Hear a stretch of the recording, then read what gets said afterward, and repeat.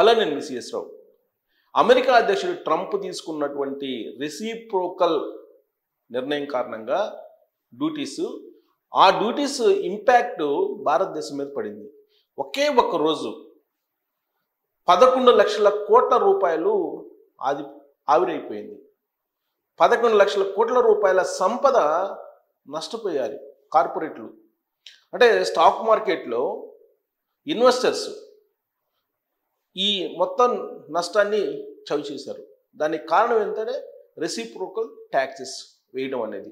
దీని మీద యాక్చువల్గా ద్వైపాక్షికమైనటువంటి వాణిజ్య సంబంధాలు అమెరికాకి భారతదేశానికి ఉన్నాయి. అమెరికా నుంచి భారతదేశానికి ఒక ప్రత్యేకమైనటువంటి టీం వచ్చింది. దానికంటే ముందు భారత ప్రధానమంత్రి నరేంద్ర మోడీ గారు అమెరికా వెళ్ళారు. వెళ్ళినప్పుడే ట్రంప్ ఒక మాట అన్నారు, భారతదేశంలో చాలా సంపద ఉంది, భారతదేశం ఏం పేద దేశం కాదు, ట్యాక్స్ ఖచ్చితంగా విధిస్తాను అని చెప్పారు. అప్పుడే అలర్ట్ అయినట్టయితే కనుక ఇంత నష్టం జరిగి ఉండేది కాదు అనేది ఆర్థిక నిపుణులు చెప్తున్నటువంటి మాట. అయితే భారత ప్రధానమంత్రి నరేంద్ర మోడీ గారు ముందస్తు జాగ్రత్తలు తీసుకోనందువల్ల, ద్వైపాక్షిక సంబంధాలను బలోపేతం చేసుకోనందువల్ల, ద్వైపాక్షిక వాణిజ్య సంబంధాల్లో ఇచ్చిపుచ్చుకున్నటువంటి దూరంలో లైజనింగ్ చేయటంలో ఆలస్యమైనందువల్ల ఈ నష్టం భారీగా సంభవించింది అనేది ఆర్థిక నిపుణులు చెప్తూ ఉన్నారు. అదే అత్యధికమైనటువంటి డ్యూటీస్ విధించినటువంటి చైనా ఇప్పుడు ప్రత్యామ్నాయాలు తీసుకుంది కాబట్టి ఆ దేశానికి పెద్దగా నష్టం లేదు. బట్ భారతదేశానికి ఒక్కసారిగా నష్టం వచ్చింది, ఇది నమ్మి మోసపోవటం అని చెప్తూ ఉన్నారు. ఎందుకంటే అమెరికా అధ్యక్షుడిగా ట్రంప్ బాధ్యతలు స్వీకరించిన తర్వాత ఆయన భారతదేశానికి ఎంతో మేలు చేస్తారు, భారతదేశాన్ని ప్రత్యేకంగా చూస్తారు, భారతదేశంలో ఉండేటువంటి పారిశ్రామికవేత్తలకు నష్టం జరగకుండా ఇంపోర్ట్ డ్యూటీస్ ఉంటాయని భావించారు. కానీ అందరినీ ఒకే ఘాటుని కట్టేశారు అమెరికా అధ్యక్షుడు ట్రంప్. ఈ రెసిప్రోకల్ ట్యాక్సెస్ విషయంలో ఎక్కడ కూడా కాంప్రమైజ్ కాలేదు. పైగా ఫస్ట్ 26% అని చెప్పి ఆ తర్వాత 27% చేసేసారు భారతదేశానికి. కనీసం 10% అన్ని వస్తువుల మీద ఇంపోర్ట్ డ్యూటీ విధించారు. అలాగే కొన్ని వస్తువుల మీద 27% ఇలా ఇంపోర్ట్ డ్యూటీస్ని విధించారు.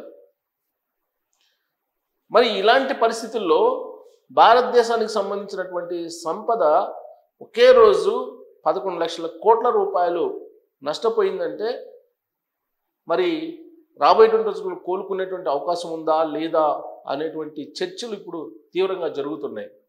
ఒకవైపు ఏమో అమెరికా అధ్యక్షుడు ట్రంప్ వీటిని మళ్ళీ పునఃపరిశీలిస్తాము, మళ్ళీ పునరాలోచన చేస్తాము అవసరమైతే అని చెప్తూనే ట్యాక్సెస్ని మరింతగా విధించేటువంటి ప్రయత్నం చేస్తూ ఉన్నారు. అమెరికా ఫస్ట్,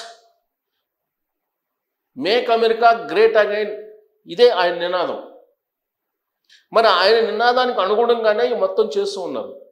మరి భారత ప్రధానమంత్రి నరేంద్ర మోడీ గారు మరి ఆయన ఏం చేస్తున్నారు, ఎలాంటి ప్రయత్నాలు చేస్తున్నారు? రోజు రోజుకి స్టాక్ మార్కెట్ పడిపోతుంది. తొలి రోజే రెసిప్రోకల్ ట్యాక్సెస్ అనౌన్స్ చేసిన తర్వాత భారీగా నష్టం వాటింది.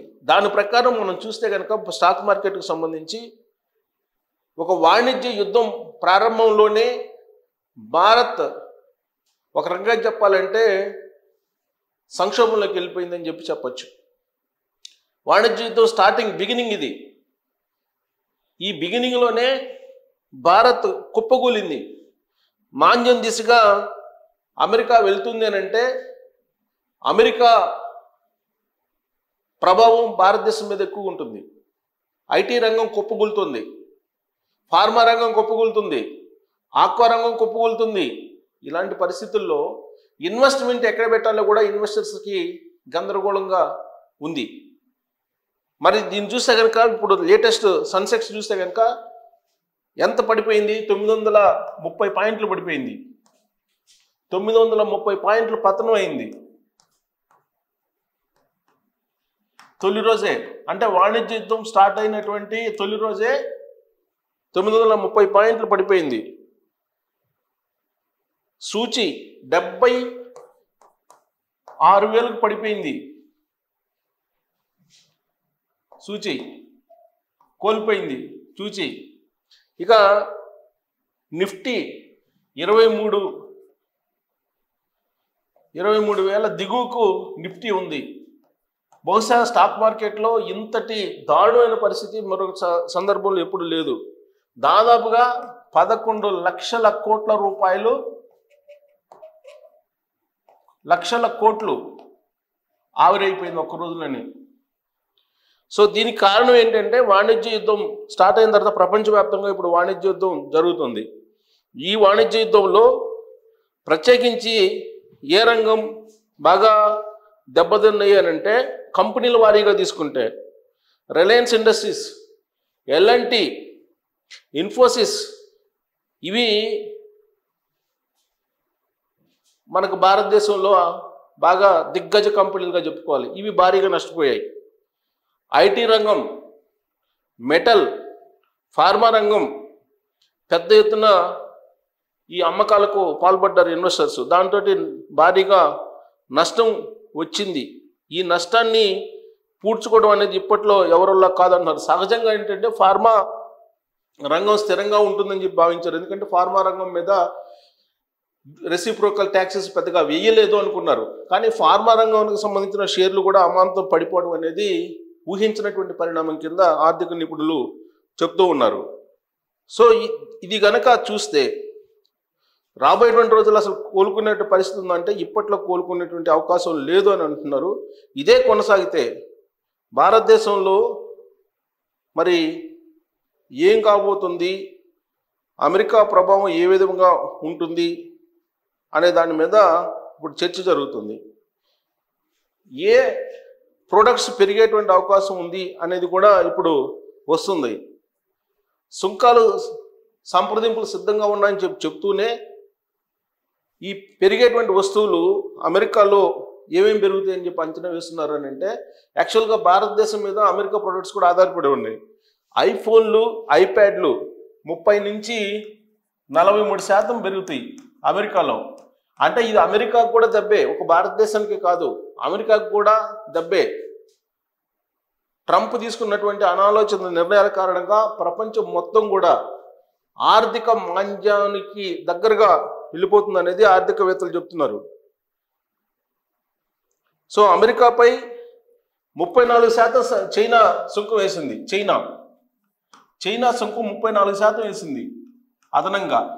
అంటే చైనా వాణిజ్య యుద్ధానికి రెడీ అయిపోయింది భారతదేశం కంటే ముందుగా. సో ఈ రెండు దేశాలు వాణిజ్యపరమైనటువంటి యుద్ధం క్రమంలో భారతదేశానికి సంబంధించినటువంటి ఫార్మా షేర్లు ఇవన్నీ కూడా పడిపోయాయి.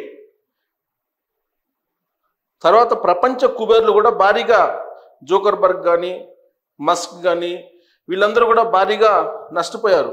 ఈ నష్టాలకు కారణం ఏంటి అని అంటే కేవలం ట్రంప్ తీసుకున్నటువంటి అనాలోచితమైనటువంటి నిర్ణయాలు. ఇప్పటికీ కూడా ఆయన తగ్గేదిలే అని అంటూ ఉన్నారు.